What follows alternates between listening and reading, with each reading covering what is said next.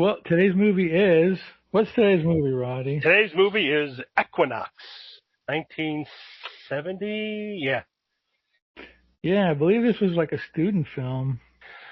Yeah, I believe so. And I think it was Dennis Muren, the special effects guy. Yeah. He was the uncredited producer, and the second director. Yeah, well, there's another gentleman. I think his name was Woods. Last name was Woods. Yeah, Jack Wood. He took over the directing, I believe, and he took over a lot of the credit. But I don't know. Yeah. It's probably most of it was probably done by Dennis Muren and I know Jim Danforth was involved in it. And yeah, I think he was like a second animator or something like that. Yeah, all these guys went on to work on like Lucas movies and Industrial Light and Magic and all that stuff. So these guys became famous, and I think I read that the monster, the Equinox monster, that was done before the movie. So. Oh, really? Okay. Yeah. So. This is definitely low budget. Oh yeah.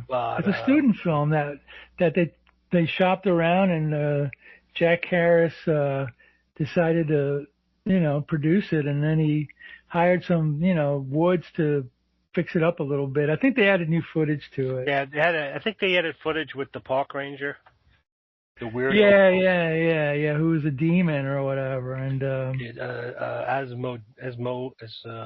Asmodeus or whatever the hell it is. Yeah, right. And we see one familiar face. Frank Bonner from WKRP in Cincinnati. And the professor is a famous writer. Is he really? Fritz Lieber. That was Fritz Lieber? Yep, no that's kidding. Fritz Lieber. You know who he is, Factor and the Grey Mouser and all that. Yeah, that's Fritz Lieber. Yeah. Oh, and the director, Jack Woods, was Asmodeus. Yeah, he wasn't a great actor, but, Oh, God, no. He also wrote the screenplay. Huh, son of a gun. Well, kind of, sort of. This was definitely a... amateur. Amateur thing. But very talented amateur. Yeah. I know Danforth and Muren went on to greater things. I don't know if anybody else did. Probably not. Well, Frank Bonner. Yeah, that's true. That's true. So that's somebody, and he was the breakout star of this movie, and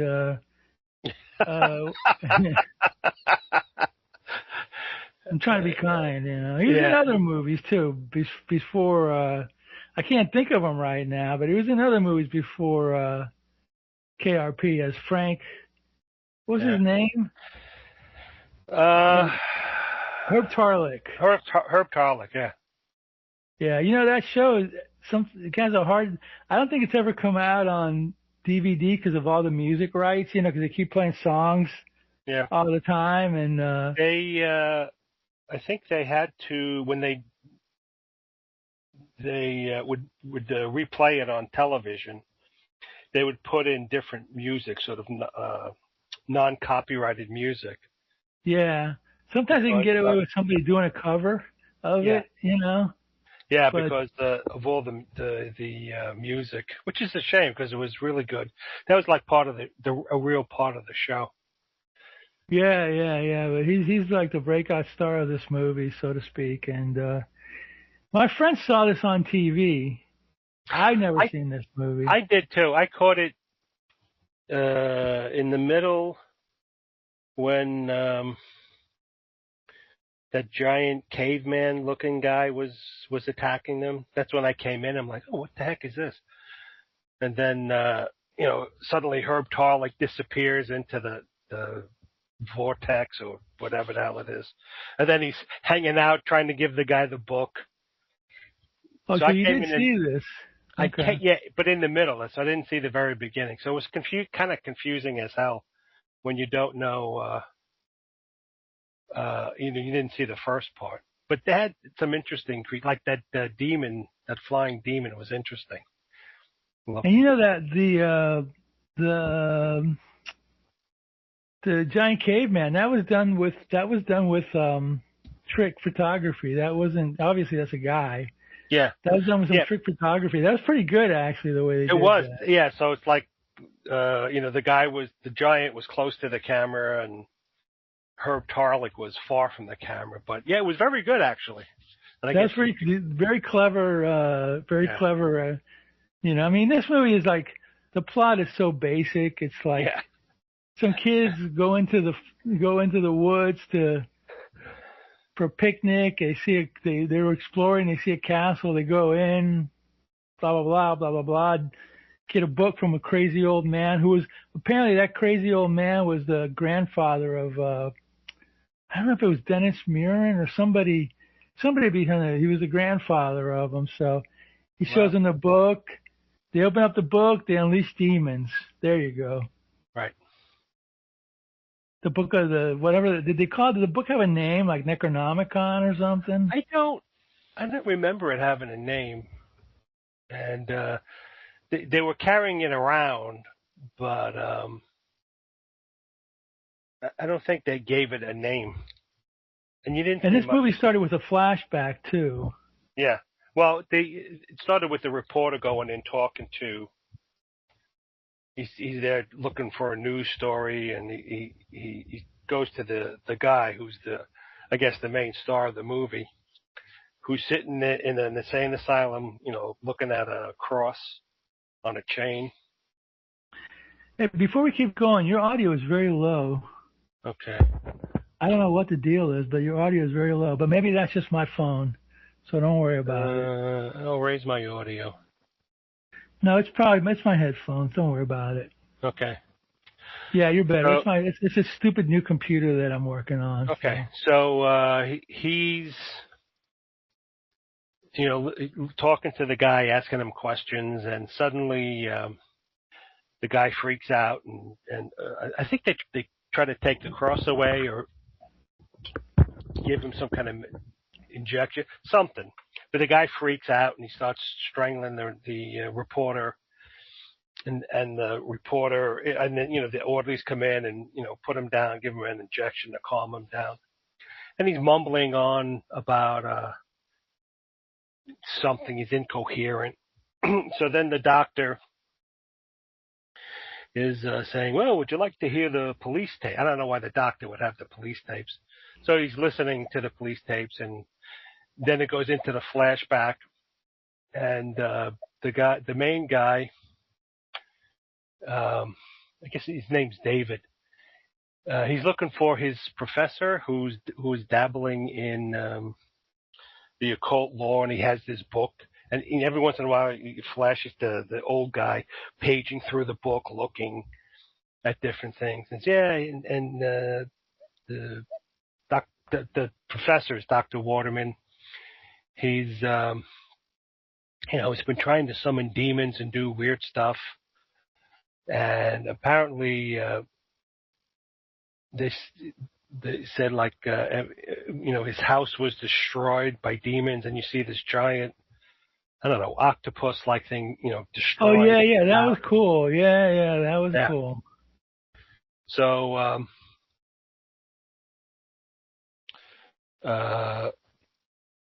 I'm trying to remember this. But, I mean, it's such a simple plot, but some of it gets you get. It's like basically at this point they unleash the demons, and the demons are chasing these kids all over the place. Right, and so they drive up into the woods where supposedly the house is, and they meet a weirdo park ranger on a horse. Yeah, right. And he's watching them and such. And so they go and they find first they look for him in the cave, I think. Or do they? They look for him in the cave, and they meet some weird guy there who gives him a book. The old man, yeah. Yeah, and as they come out of the cave, they see a castle, and they're like, "Where the hell did that come from?" So they go, well, That was maybe, a painting, by the way. yeah, maybe Oh, the professor is in the castle. Yeah, we'll go look. But first, let's have a picnic. yeah, and So let's do a little advertisement for Kentucky Fried Chicken while we're at it too. yeah, so they're eating the food and stuff, and the Herb Tarlick and his girlfriend, he really doesn't treat her really nice. And then the other girl who's with the main guy, David, that's like a blind date for them. That's right. So they're having a picnic and they're walking and looking around, and the professor comes and he grabs the book and he starts running from them, and the guy David tackles him. They're like he's running through a stream, and the guy David tackles him, and he sort of looks like he's dead. So they go, all right, well, we got to go back to town and tell the authorities. And so we can't tell that because this guy's dead. We're going to get in trouble. He says, no. David's like, no, we got to do it and stuff. So while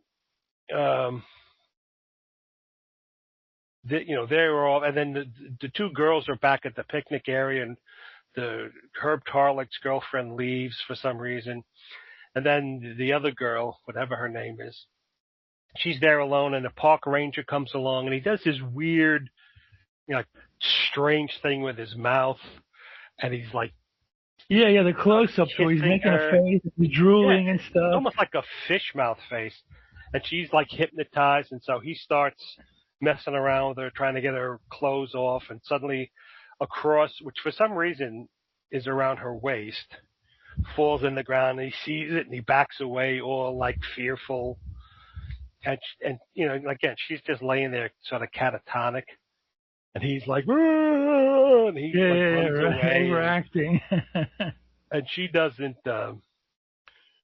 react. So then,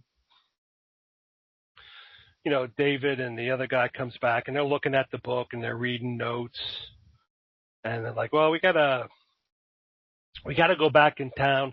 Well, first we gotta, let's bring my professor's body back. And so they go, and the body's disappeared. He says, well, maybe he wasn't dead, but maybe he went to the castle. So he says, well, let's go home and call the police. And David's like, no, we gotta go. Like, David's not very bright. He says, no, let's go look at the castle first, and then we'll go get the police. So they go wandering off, and then you see the park ranger. He's looking at the cave, and he's got this weirdo ring. Looks like a bumblebee or something. Yeah, he keeps putting on and off. Yeah. Right, and so suddenly he calls this weird ape-like creature into being, and the ape-like creature's in front of the cave, and the old guy in the cave who gave the book to the kids, that's Fritz Lieber. He's like, no, I gave him the book, it's not here. And so then I guess he bursts into flame or something. So they're walking around, and then Herb Tarlick sees they're looking for the castle, and apparently it disappeared.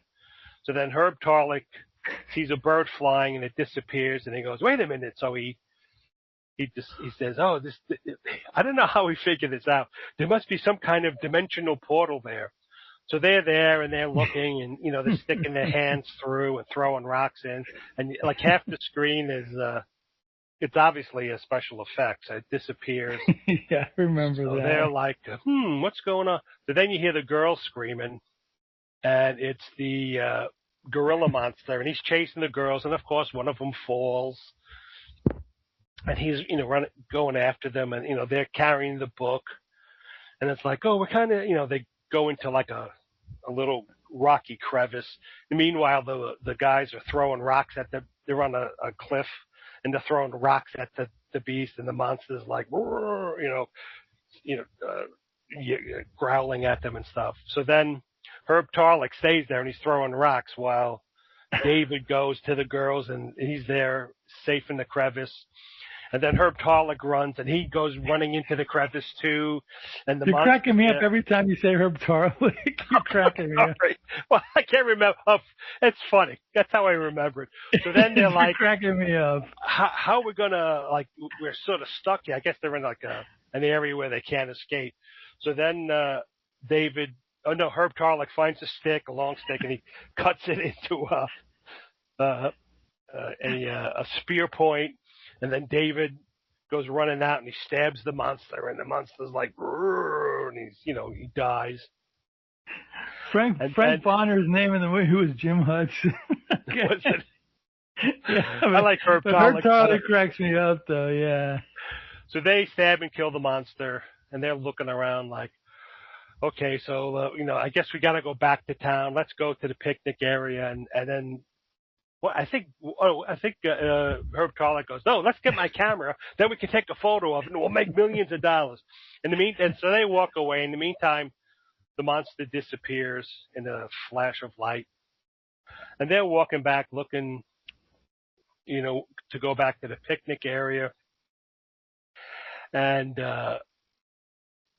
it's all like messed up and strewn, the camera's destroyed and whatever. And then at some point, the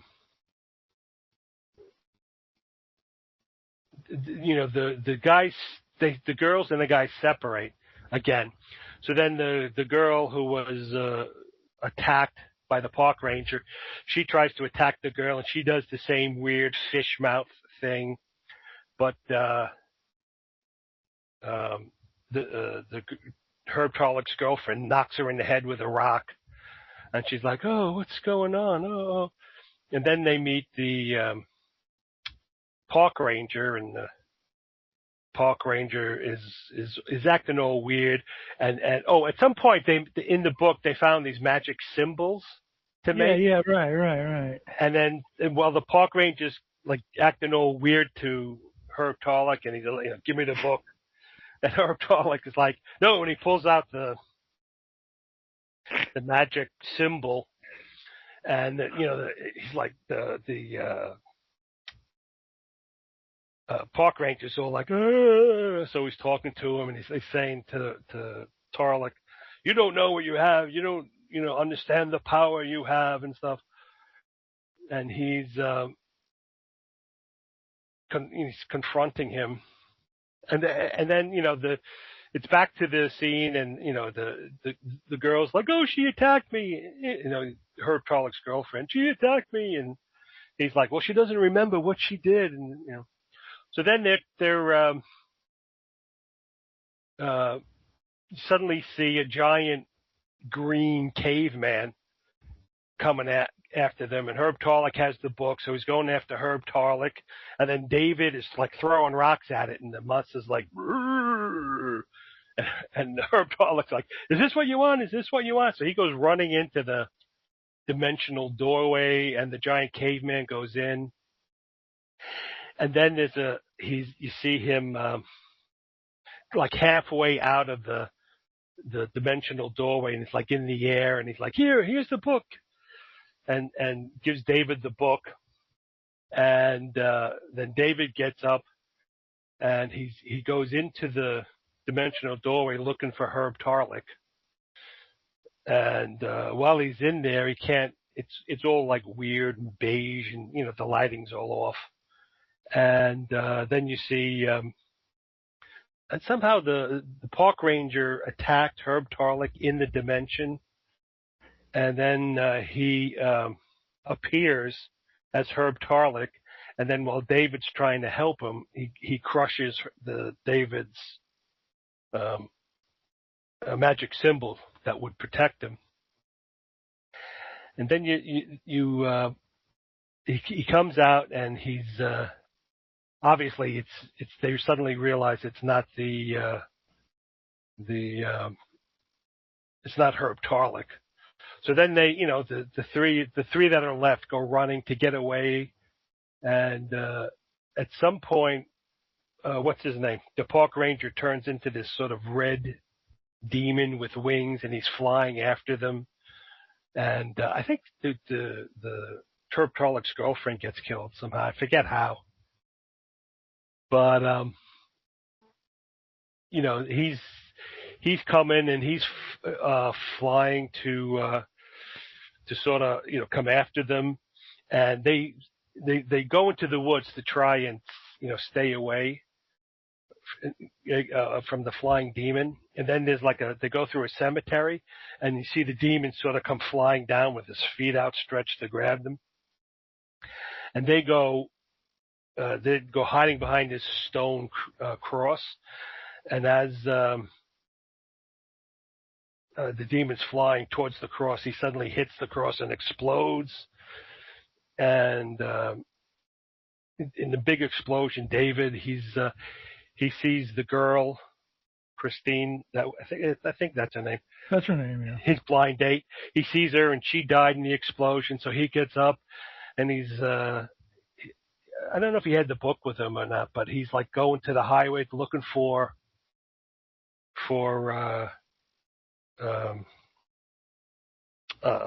some.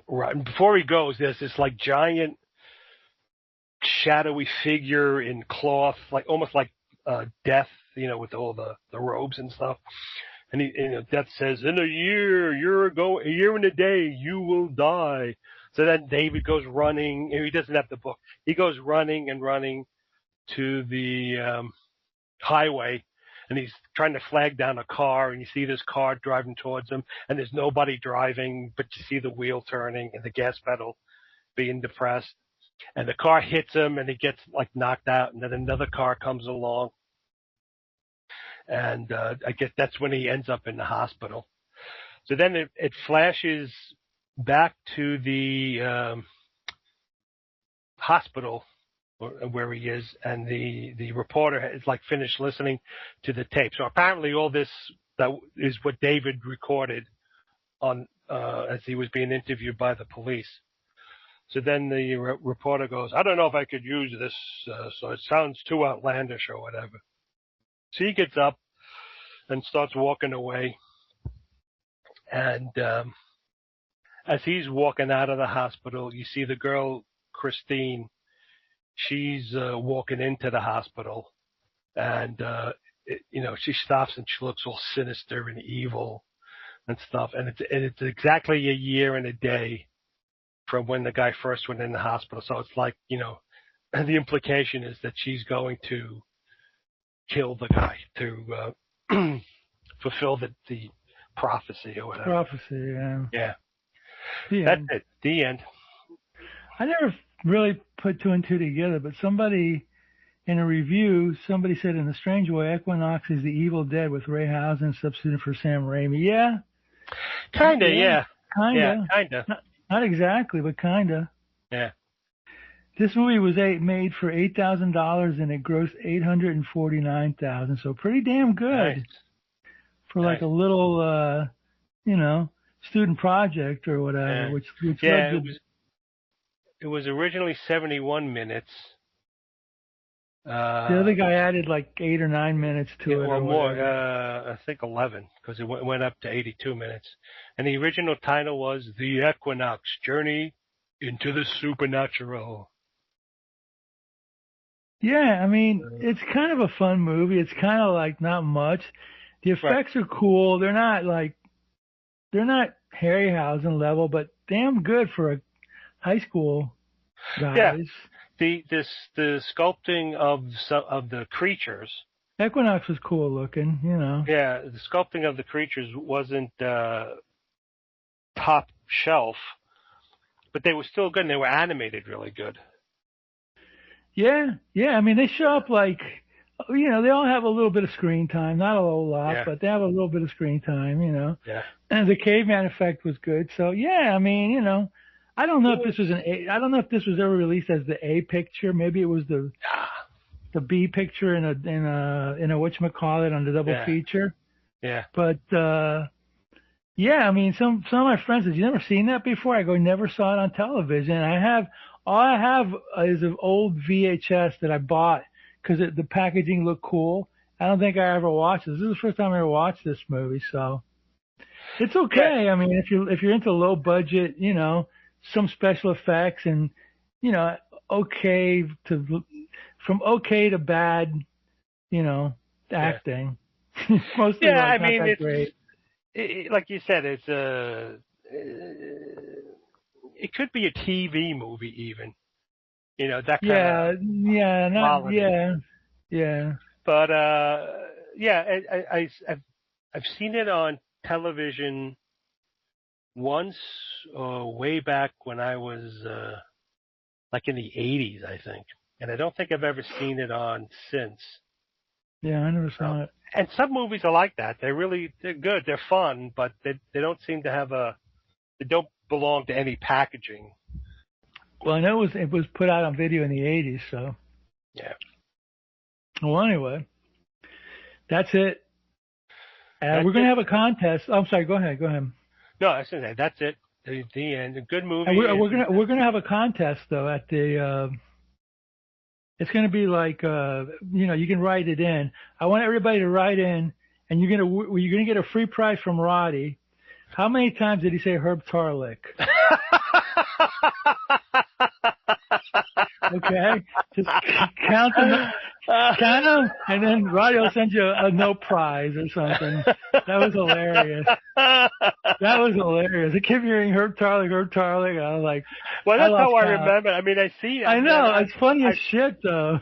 I've seen him in other movies, and it's like I want to look and see what other movies this guy was in. Frank Bonner, not Frank Boner, but Frank Bonner. His original name was Frank Boers? Woodrow Boers. Oh, he died in 2021. Oh no. Yeah. He was on Mannix, Emergency, Love American Style. Wow. Night Court, Sidekick. Cannon. Oh, he was in the movie Las Vegas Lady. I saw that with Newhart. Stevens. The Love Boat. Wow. He was on a lot, man. Brewster, Murder, She Wrote, of course. There was something of the new KRP in Cincinnati. I don't remember that. Yeah. That stunk. Did he do any movies besides? All I'm getting is like as actor. Equinox. I guess they're mixing it all up in yeah. Yeah. So he was on they're the mixing Hoax it all up. Yeah. and Little Cigars, Fer-de-Lance, which was a TV film. Another Sex and the Single Parent, it's another TV film. Facts of Life Goes to Paris. Oh brother. No Man's Land. That's a TV Western. Yeah, so I mean, he was in a lot of stuff. Jeez. Dude was married 5 times. Wow. Wow, that's a lot of marriages, dude. Yep. Going Under, Soviet General feature films. His real name was Frank Boers. So yeah. There you go. Frank Boers Jr. Born in Little Rock, Arkansas. Well, there you go. We dedicate this show to Herb Tarlick. He also directed. Yeah, he did. I saw that a lot. Oh. Wow. A lot, you know. I mean. Yeah, that seems to happen more than you think. That like you'll see an actor who gets kind of famous, and then they sort of disappear, and then you find out later they did a lot of directing of television shows. But lots of TV shows that people would know. Policewoman, Emergency. Yeah. Wow. He was Man from Atlantis. There you go. He was in a lot. Wow. The great Herb Tarlick, a.k.a. Frank Bonner, a.k.a. Frank Boers Jr. Yeah. All right, well, that's it. We got to do a shorter show today because of technical difficulties, because we're going to see how this turns out. But at any rate, that's it for the show. Roddy, take us out. All right, so now, after you watch this movie, you need to watch more B-movies. The end. Herb Tarlick.